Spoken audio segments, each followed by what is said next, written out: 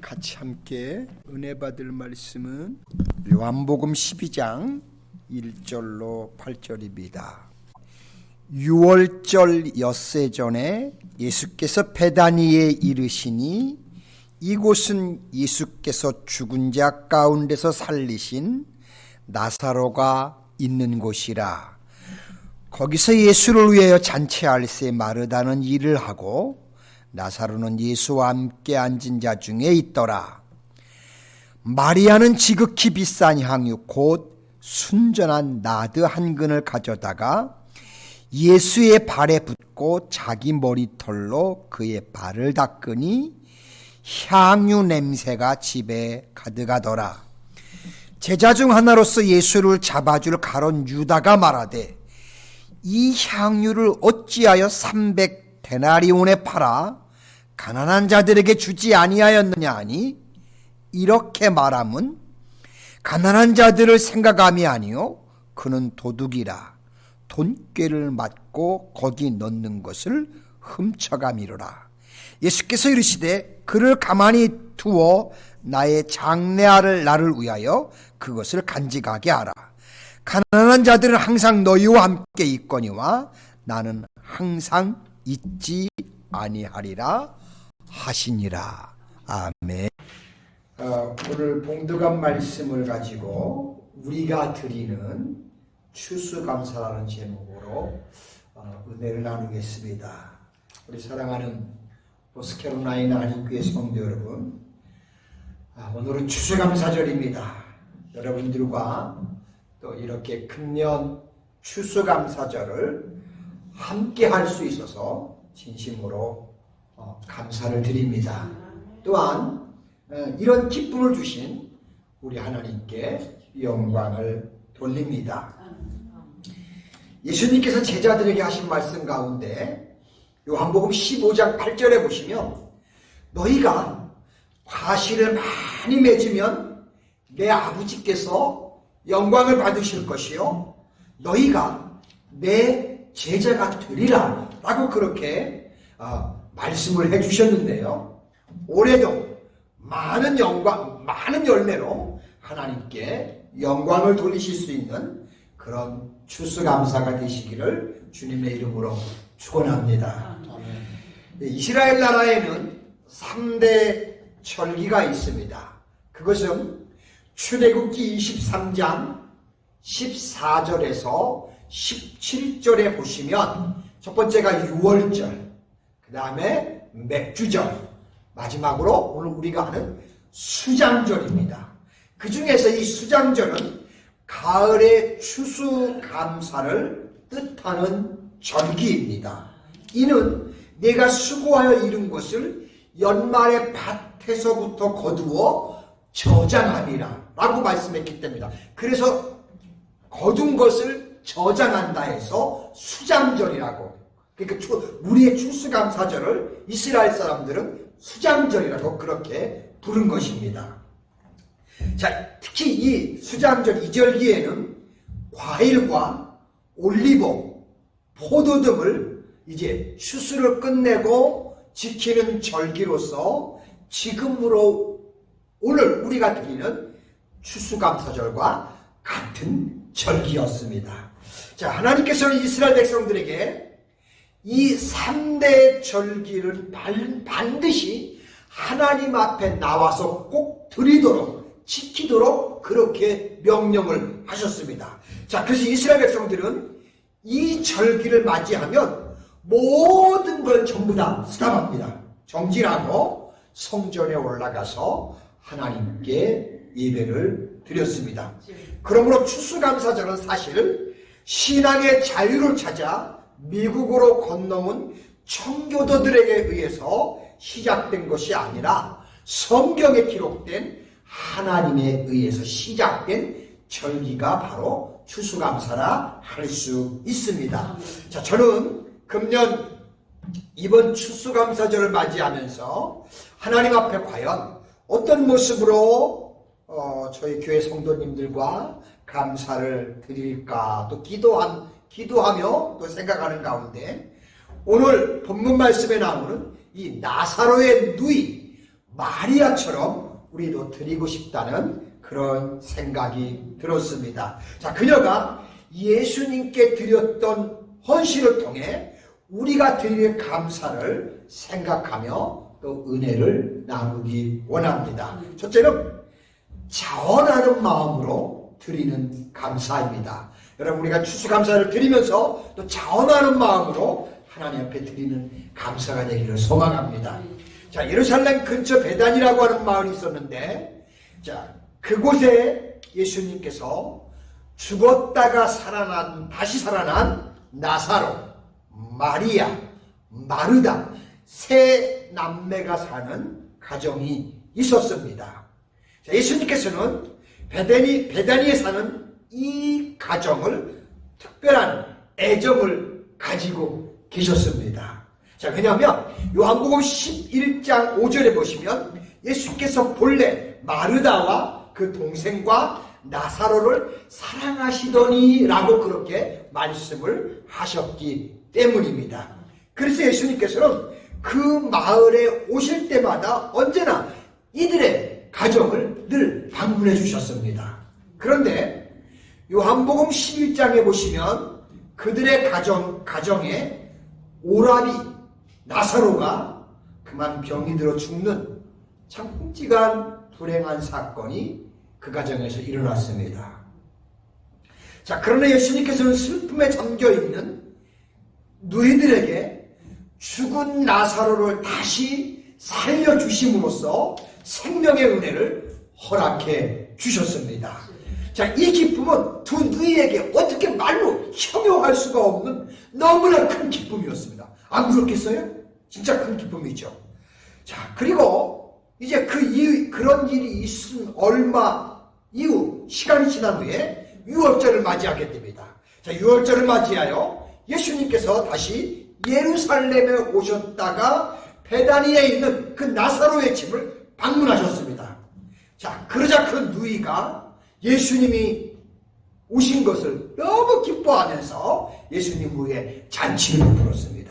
자, 1절로 2절에 보시면 유월절 엿새 전에 예수께서 베다니에 이르시니 이곳은 예수께서 죽은 자 가운데 살리신 나사로가 있는 곳이라. 거기서 예수를 위하여 잔치할새 마르다는 일을 하고 나사로는 예수와 함께 앉은 자 중에 있더라고 그렇게 말씀을 하고 있습니다. 자, 이때의 상황을 마태, 마가, 누가, 요한 사복음서가요 모두 다 이것을 기록해놨어요. 굉장히 성경의 특이한 경우입니다.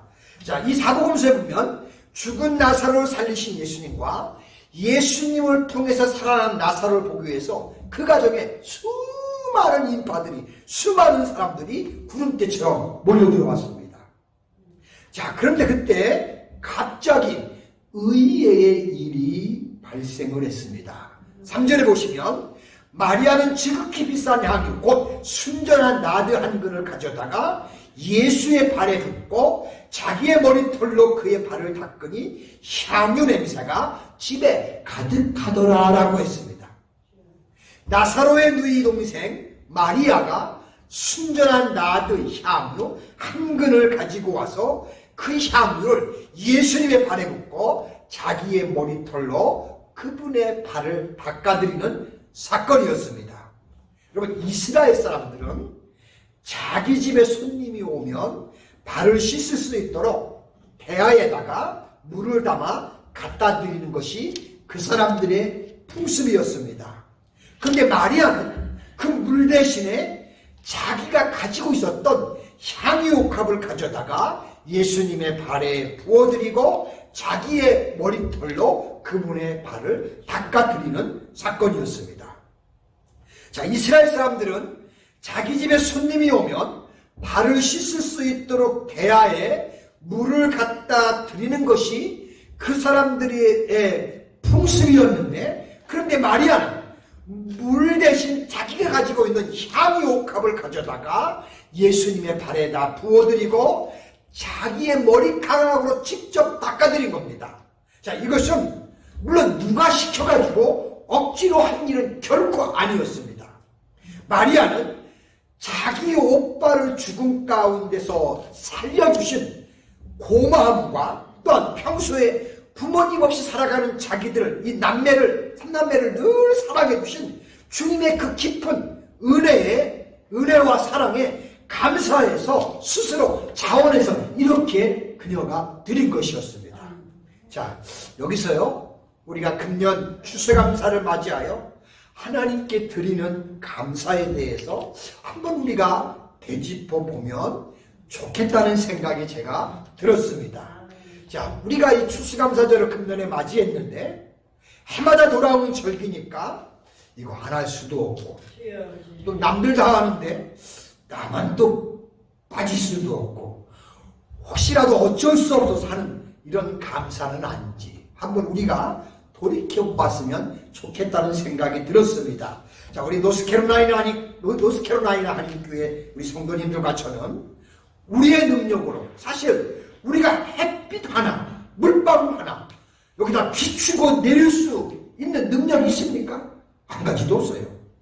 근데 때마다 순간마다 하늘 창고를 열어서 우리에게 공급을 해주시고 열매를 맺게 해주셔서 하늘을 잘 살아올 수 있도록 역사해 주신 그 하나님, 가만히 생각하면 그 은혜가 얼마나 감사합니까? 그 은혜가 얼마나 기쁩니까? 그러므로 우리도 그 은혜를 기뻐하며 감사하면서 마리아처럼 기쁨으로 자원해서 드리는 그런 추수감사가 되면 정말 하나님이 기뻐하시겠다는 생각이 들었습니다. 그러므로 우리도 기쁨으로 하나님 한 해 동안 우리는 부족하지만 때를 따라 하나님이 지금까지 지켜주시고 도와주시고 붙들어주시고 함께 해주셔서 이렇게 또 좋은 열매를 갖고 하나님께 감사합니다 하면서 예배를 드릴 수 있다면 정말 기쁨이 있고 축복이 있고 행복이 있다고 믿습니다. 여러분 그런 추수감사가 되시기를 소망합니다. 두 번째로 전심으로 드리는 감사입니다. 오늘 본문 3절을 다시 한번 보겠습니다. 마리아는 지극히 비싼 한유 곧 순전한 나드 한 근을 가져다가 예수의 발에 붓고 자기의 머리털로 그의 발을 닦으니 향유 냄새가 집에 가득하더라 라고 했습니다. 자, 이 말씀을 통해 마리아가 한 행동을 보면 온 마음을 다해 전심으로 주님께 하는 것을 볼 수가 있습니다. 여러분, 전심이라는 말은요, 마음을 다하여라는 뜻입니다.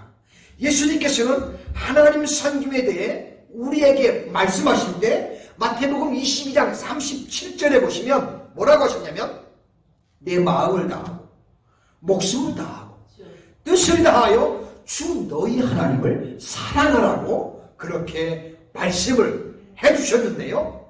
자, 예수님의 가르침대로 마리아가 지금 그렇게 한 것입니다. 자, 우리 사랑하는 성도 여러분, 우리가 마음을 다한다는 것은 과연 무엇을 뜻합니까?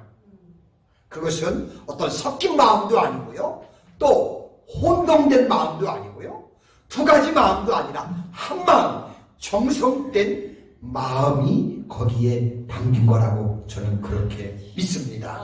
창세기에 보시면 하나님께 가인이 예배를 드렸을 때 그의 예배를 받지 않으시는 것을 우리가 성경에서 볼 수 있습니다. 자, 그 이유 중에 하나가 뭐냐면요, 그의 마음 때문이었습니다. 자, 농사한 것 중에 그냥 하나 대충 아무거나 손에 잡히는 대로 가지고 가서 하나님 앞에 드렸을 때 하나님이 그것을 받지 않으셨습니다. 그래서 우리가 하나님 앞에 중요한 것이 있습니다. 항상 하나님 앞에서 제일 중요한 건 우리의 중심, 마음입니다. 하나님은 뭘 본다고 했어요? 우리의 중심을 본다고 하셨잖아요. 중심이 뭡니까? 우리 마음 아니에요. 자, 마리아는요, 마음을 다해 주님께 드린 겁니다. 왜냐하면 마리아가 예수님께 향유를 부을 때 그냥 나드를 뿌린 게 아니에요. 이 나드는 원문에 보면 그냥 나드가 아니라 아주 순전한 나드를 부었다고 했습니다. 영어 성경에 보면 이것은 pearl nard 그렇게 되어 있어요. 그러니까 온전한 아주 아무것도 들어가지 않은 순수한 나드를 하나님께 감사로 드린 겁니다. 근데 한 가지 참 재미있는 것은 이 나드 양의 값이 얼마인지 나오는 것을 볼 수 있는데요. 5절에 보시면 이 향유를 어찌하여 300데나리온에 팔아 가난한 자들에게 주지 아니하였느냐 하니 라는 말씀이 나옵니다. 어마어마하게 비싼 거예요. 이것은 가룟 유다가 한 말이에요. 마리아가 예수님께 부은 나두 향유는 값이 300데나리온이한테는 정말 값싼 향유였습니다. 예수님 당시에요, 300데나리온은 진짜 엄청난 겁니다. 노동자가요, 하루 밖에 나가서 열심히 일해서 품삯을 받으면 얼마 받느냐? 1데나리온을 받습니다. 자, 주일 빼고 하루도 쉬지 않고 365일 중에 주일 다 빼면 300일인데요. 하루도 쉬지 않고 1년 동안 꽉 나가서 한 푼도 안 쓰고 모아야 모을 수 있는 돈이 300데나리온이에요. 그러니까 어마어마하게 큰 돈이에요, 사실은. 자, 그렇다면 여러분, 마리아가 이 나디 향유를 모아온 과정을 한번 우리가 생각해 보십시오. 아마도 상당히 오랜 기간 동안 그가 마음을 다하고 정성을 다해서 모은 것이 틀림없을 겁니다. 그만큼 그녀의 온 마음이 담긴 거였습니다. 그것을 예수님께 기쁨으로 그녀가 부어드린 겁니다. 자, 다시 한번 여기서 우리의 감사를 한번 우리가 되돌아보면 좋겠다는 생각을 했습니다. 여러분, 우리의 감사 생활은 어떻습니까? 여기서 설교하고 있는 저도 마찬가지인데요. 좋을 때는 감사하고요, 어려울 때는 불평할 때가 참 많지 않습니까? 자, 우리 금년 추수감사가 우리의 온 마음이 담겨있는 감사인지를 돌아보면서 우리가 진심으로 감사하는 저와 여러분들이 되실 수 있기를 소망합니다. 시편 50편 23절에 보시면 감사로 제사를 드리는 자가 나를 영화롭게 하나니 그 행위를 옳게 하는 자에게 내가 하나님의 구원을 보이리라 라고 그렇게 말씀하셨습니다. 우리도 진심으로 감사하는 가운데 이 말씀처럼 이런 귀한 역사가 이번 추수감사절을 통해 저와 여러분 우리 모두에게 아름다운 역사가 일어나실 수 있기를 소망합니다. 세 번째는 귀한 것을 드리는 감사입니다.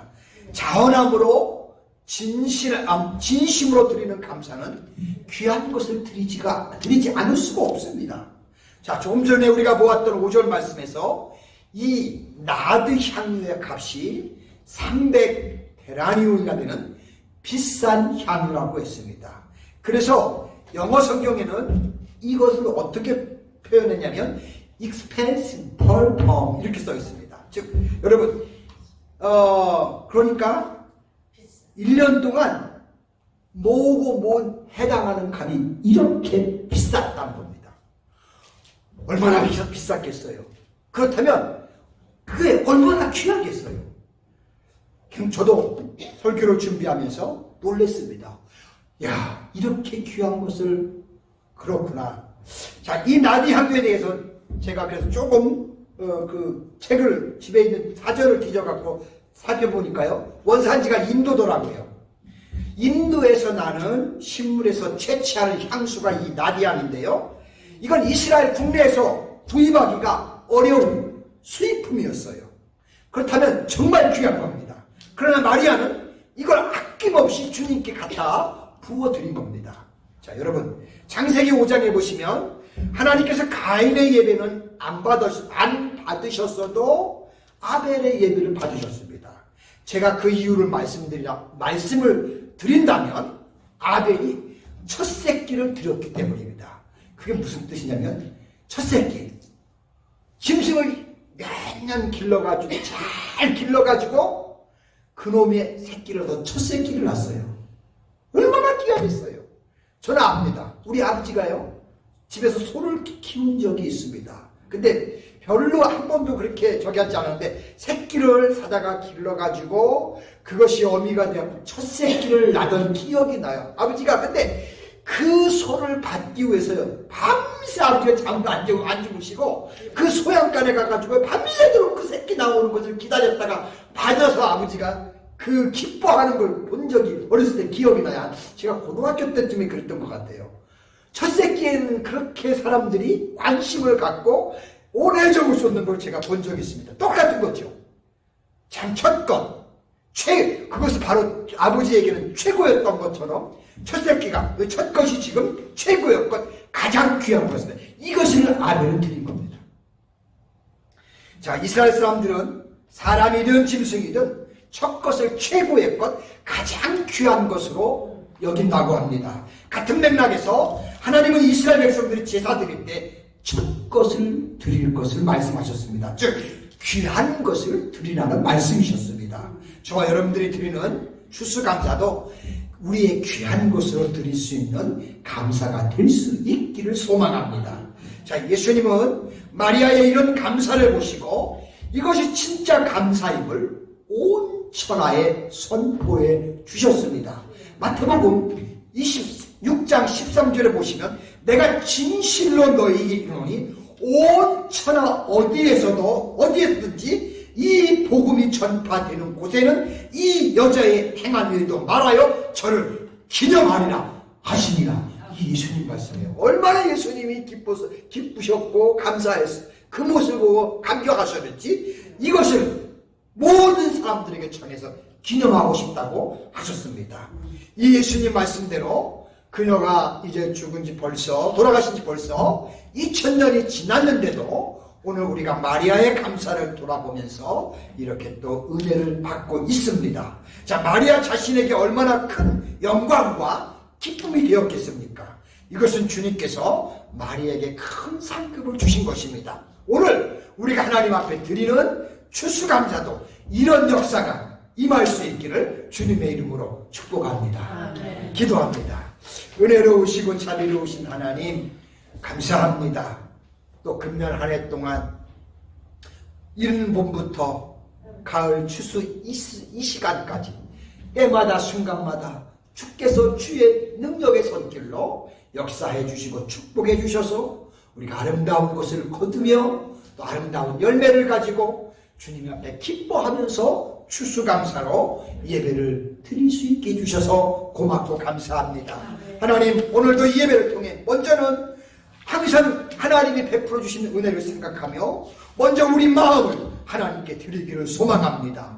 그리고 우리 마음을 드리되 우리의 온 마음을 전심으로 주님 앞에 드려서 정말 귀한 것으로 주님께 헌신하고 싶습니다. 하나님, 우리의 이런 믿음, 이런 마음을 받아주시고 또 축복해 주셔서 우리의 삶 속에 아름다운 열매들이 내가 꿈꾸지 못했던, 내가 생각하지 못했던, 내가 전혀 엄두도 못했던 놀라운 감사의 일들이 우리의 삶 속에 하나님 나라 갈 때까지 아름답게 맺혀지는 그런 역사들을 경험하면서 우리의 남은 여생을 살아갈 수 있도록 하나님이 축복하여 주시옵소서.